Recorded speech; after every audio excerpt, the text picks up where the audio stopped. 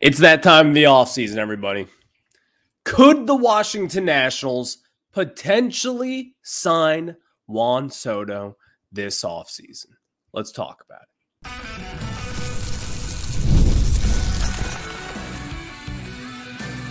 You are Locked On Nationals, your daily Washington Nationals podcast, part of the Locked On Podcast Network, your team every day.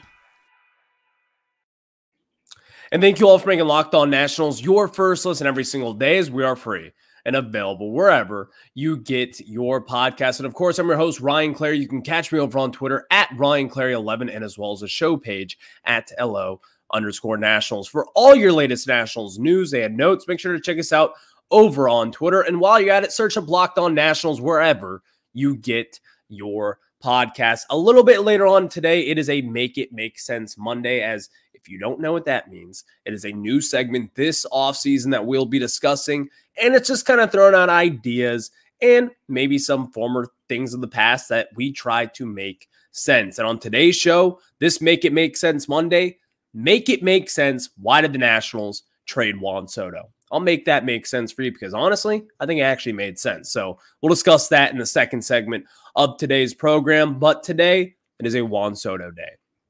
Could the Washington Nationals sign Juan Soto this offseason? The biggest free agent since Shohei Ohtani just last winter. Could the Nationals possibly make this happen? I don't think so. I don't. That is an unfortunate thing to say, by the way. We just witnessed Juan Soto quite literally carry the Yankees throughout the postseason, hitting home run after home run, the big home run in Dodger Stadium. Juan Soto is, in my opinion, the best hitter in all of baseball. He is. You could make the case for Shohei Ohtani. You could make the case for Aaron Judge.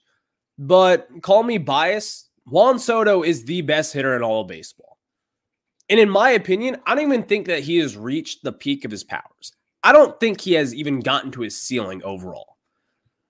Juan Soto is a once-in-a-generation kind of player, a once-in-a-generation kind of hitter.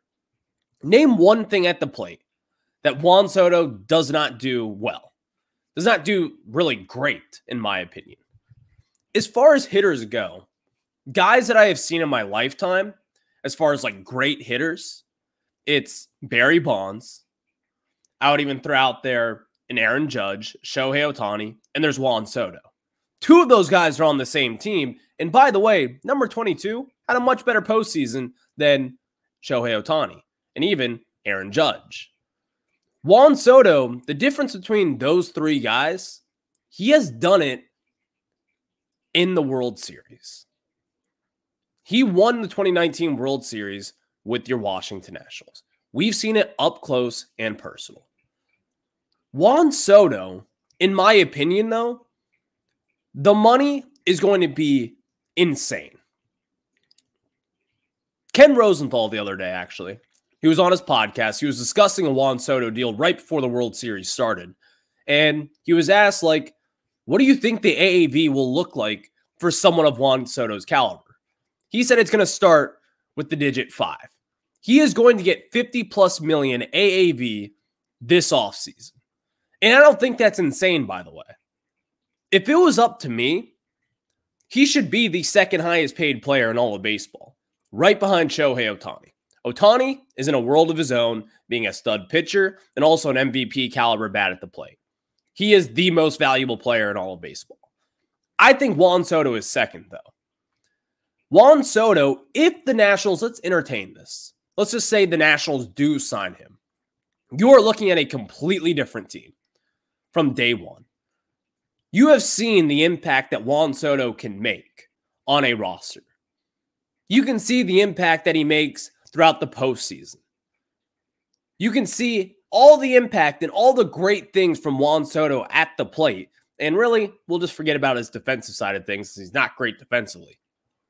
But Juan Soto is a legit all-star MVP every single year, a solidified Hall of Famer, a generational talent. And in fact, in my opinion, his few years in DC, while he's not going to go down as the greatest National of all time, He is certainly the best Nationals player of all time, as far as talent goes. I don't think the Nationals will be able to get a deal done, though. I don't. And I don't think if you're a Nationals fan out there, I don't think that comes as a surprise to you. But here's my one thing. The Nationals did try, at least. Offering him 15 years, $450 million would have been the highest paid player at that time in 2022. They then decided to move him on and ship him off to San Diego, in which we'll discuss a little bit later on in the program today, as we, of course, have to revisit the Juan Soto trade on a Juan Soto day in November 4th here. But Juan Soto is in a class of his own. There is nobody out there like number 22 for the New York Yankees, at least sitting as a Yankee today. I just don't think the Nationals will be able to fork over the money that he will demand. Because here's the thing with Juan Soto. Again, this guy is going to have all 30 teams interested in him. Everyone wants to add a Juan Soto. The Dodgers, they will certainly be in the mix as well. Don't forget that. The Yankees will obviously be in the mix. Then the other team across New York, the Mets, they will also be in the mix. Unfortunately for baseball, teams just don't have the money of those three teams. You cannot go out there and sign a Juan Soto for $450 million anymore. In my opinion, a contract for Juan Soto, number one, it's going to be well over $500 million. And number two, I think those three teams are the only ones who could actually make that possible. What I project for Soto, I think he's going to get like 10 years, $550 million, 55 AAV. Because here's the thing, I think with MLB contracts overall, baseball is just one of those weird sports where you never really know what guys will get paid. You never necessarily know what the big contract will be. You'll like the Shohei Ohtani one. Nobody on this planet thought it would be $700 million. We were talking $500 million, and people were like, oh my God, that is insane. You're going to pay someone $500 million? Well, the Dodgers went overboard. They said, $700 million, next 10 years. Obviously, a lot of that is deferred. But I think the power of Steinbrenner with the Yankees, the power of Steve Cohen as well, those two battling it out for a superstar kind of player, a Hall of Fame kind of talent, someone who, whoever he signs with this offseason, unfortunately, he will go in the Hall of Fame wearing that ball cap. They are going to throw a Brinks truck at him, as they should. Again, could the Nats sign Juan Soto this offseason? I don't think so. Will we be in the running for Juan Soto? Will there be rumors about Juan Soto wanting to come back to DC? I'm sure there will. But Juan Soto has said it himself.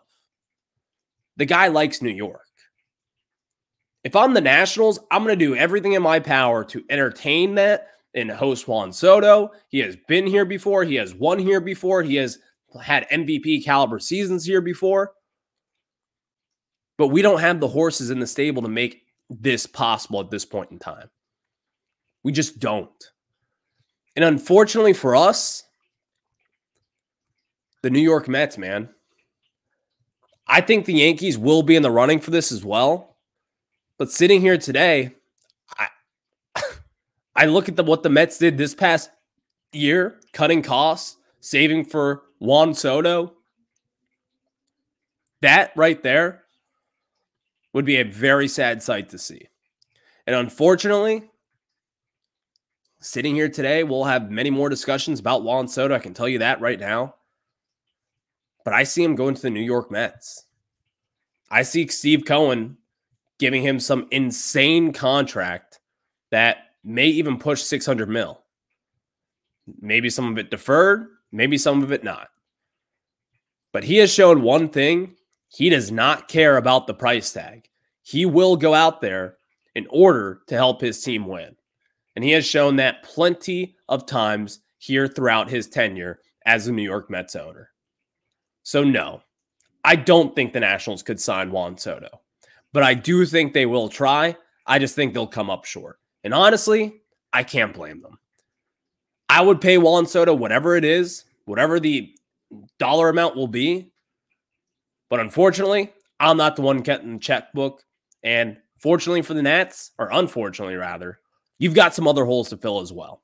So, no, the Nats will not sign Juan Soto. It'll be fun to entertain, though. Thank you all for making Locked On Nationals your first listen every single day, as we are free and available wherever you get your podcasts. And of course, now let's tell you about our friends over at Hims. And guys, Hims is a 100% online platform with over 1 million subscribers that connects patients to licensed healthcare professionals in all 50 states. We offer support for sexual health, weight loss, hair regrowth, mental health, and skincare. And through our simple online process, you can connect with licensed medical providers who can recommend customized treatment plans, including prescription treatments, if appropriate, shipped right to your door. And of course, you may be wondering, well, how does Hims work? First, complete an online intake form to give your healthcare provider information about your symptoms and medical history. Then a licensed provider will assess that information and determine the right treatment option for you. For states that require a video or audio visit, you'll be offered available times and dates to schedule your online visit. And for states that don't provide, you'll send your treatment recommendation to your chat inbox. And if your provider determines treatment is right for you, it's delivered in discreet packaging to your shipping address. Again, you should try our friends over at hims.com/lockedon and start your free online visit today at hims.com/lockedon. Again, for all guys out there, and of course, you can have your health as your priority. Again, all you have to do is go to hims.com/lockedon and use promo code LOCKEDON. Thank you all for making Locked On Nationals your first listen every single day, as we are free and available wherever you get your podcast. So a new segment that we have introduced here on Locked On Nationals, let me tell you about it. Make It Make Sense Monday. And the theme of today's show, it's number 22, Juan Soto. Make it make sense. Why did the Washington Nationals trade Juan Soto when they did? I think this is probably the easiest make it make sense out there for us. If you think back to 2022, the Nationals were the worst team in all of baseball. You had Juan Soto and you had Josh Bell. That was pretty much it. You might be wondering, well, who are the top prospects then? Cade Cavalli? That was it. The Nationals had nothing. They had Josiah Gray, Keibert Ruiz, but even then, they were fine prospects. Nothing game-changing, though. Looking back at that 2022 trade deadline, though, the Nationals absolutely made the right move. And I can make this make sense pretty easily, in my opinion. The Nationals had to do what they had to do. Holding on to Juan Soto, hoping that you would sign him in free agency this offseason, would have been ridiculous. And the reason why the Nationals moved off at that point in time was the value of Juan Soto at that point. A team was going to be getting 3 postseasons worth of Juan Soto. And even then, if you look back at what the Padres did trading Soto last offseason to the New York Yankees, that made sense as well for them. The reason why you trade away Juan Soto is to rebuild your farm system, which needed a big reset button. And that is exactly what the Nationals did. Hear me out for a second. Let's say this trade does pan out overall from the Nationals down the road. And in my opinion, I think it already has panned out, just being completely honest for us. You've got some bonus chips as well. Number one, the first guy that you saw was CJ Abrams. CJ was an all-star this year. We talked about him and the way that his season ended. In the second half, he was really bad. But still, CJ Abrams is an all-star kind of talent on this team. You didn't have that, and you wouldn't have had that. Also, James Wood. James Wood might be the face of this organization at this point. An MVP kind of talent. Someone who has the ceiling to hit 45 to 50 home runs a season, if everything pans out right. You have that. You also have Mackenzie Gore. the most talented pitcher that we have on this staff today. And I'll even say the ace of the staff, sitting here on November 4th. The Nationals, they needed to hit that reset button. And oh, by the way, you also got a pretty big lottery ticket with Harleen Susana, who has killed it so far in the minors, has a crazy high strikeout rate, has gotten his control down, and he is still wildly young as well. You also have Robert Hassel III, who at that point in time in 2022, I was particularly excited about him because I thought he was going to be the first one to make the bigs. But you sit here today and you ask yourself, man, why did we move off Juan Soto? Well, if the Nationals didn't, where would we be? We would be losing 100-plus games over the last few seasons. You'd be trying to rebuild the farm system through the draft.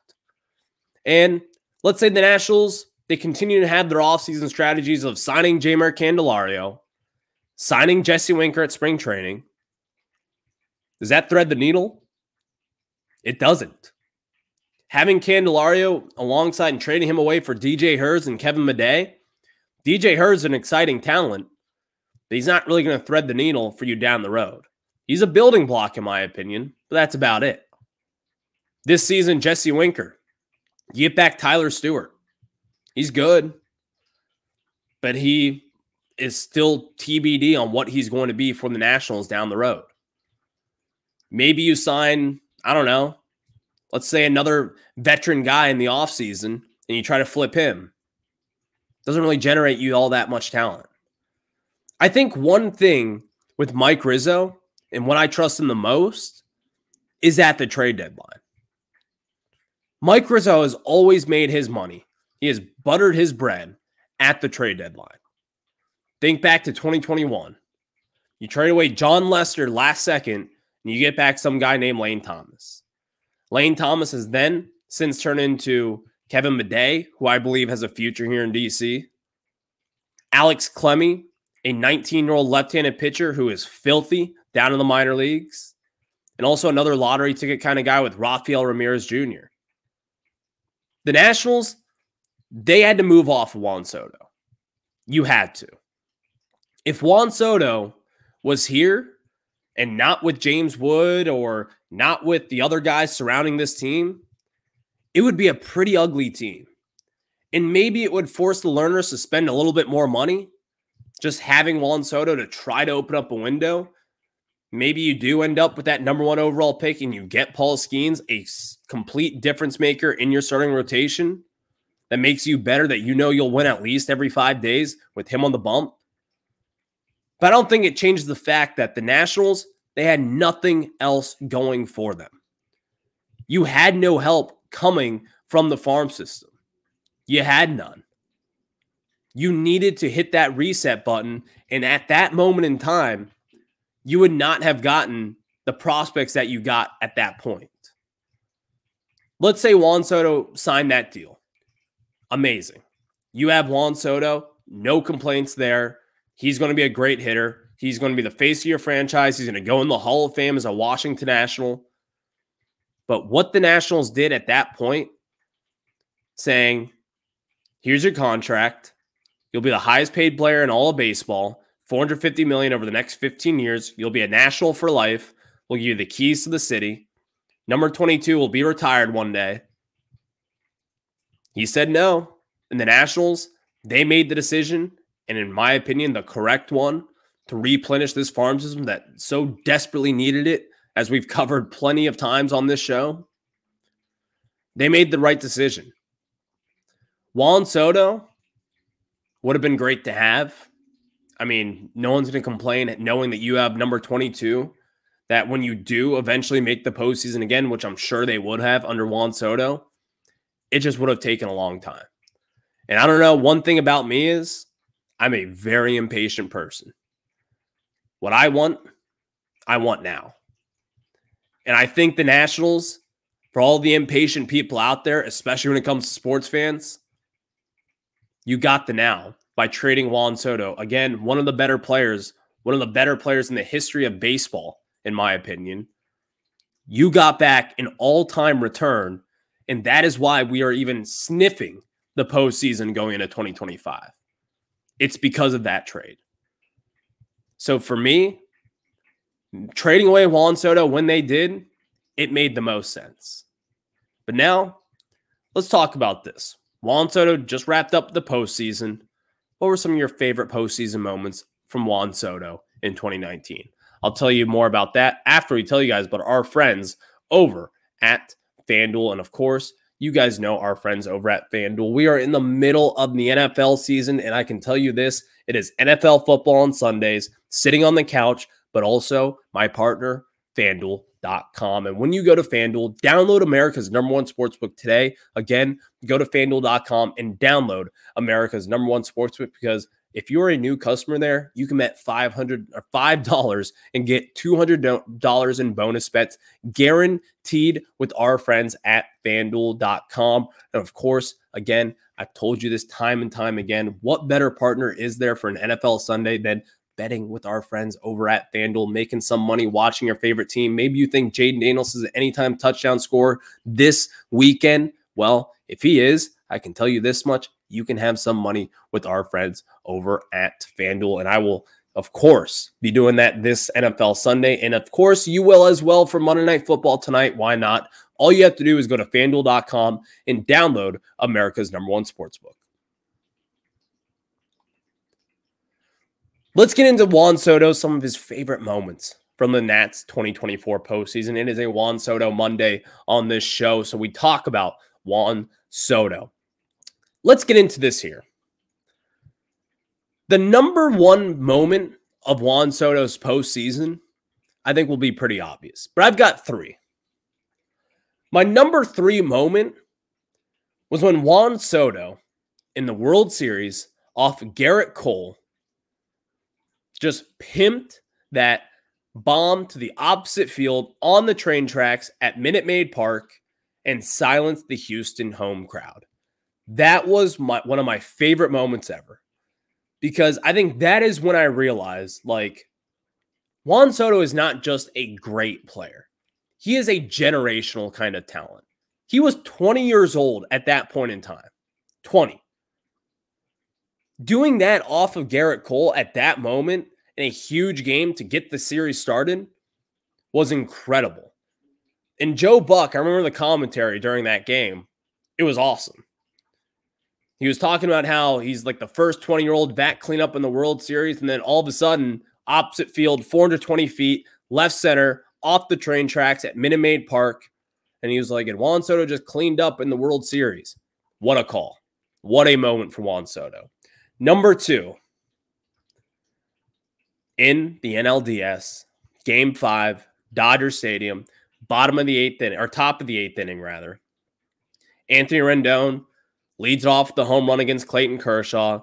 Next pitch, Juan Soto comes to bat, smokes a ball, which seems to be still going up at this point in time, might be 600 feet off the bat, to tie up the game in Dodger Stadium, going up against one of the better pitchers that this generation has ever seen with Clayton Kershaw. That was an incredible moment that led to the Nationals winning that game, Game 5 of the NLDS, going to the NLCS, carrying that momentum with them. And of course, Howie Kendrick, the grand slam in extra innings, Picasso, incredible. The #1 moment of Juan Soto in the in postseason, come on, bases loaded, wild card game, clears the bases, and thank you, Trent Grisham, for that bounce. Still, that moment gives me chills today. You can't see it. My hairs are sticking up my arms, getting chills from thinking of that moment. Juan Soto, we miss you. We miss you a lot. Thank you all for making Locked On Nats your first listen every single day, as we are free and available wherever you get your podcast. Enjoy the night. Enjoy Monday Night Football. I will catch you guys on the flip side. Have a good one. Go Nats.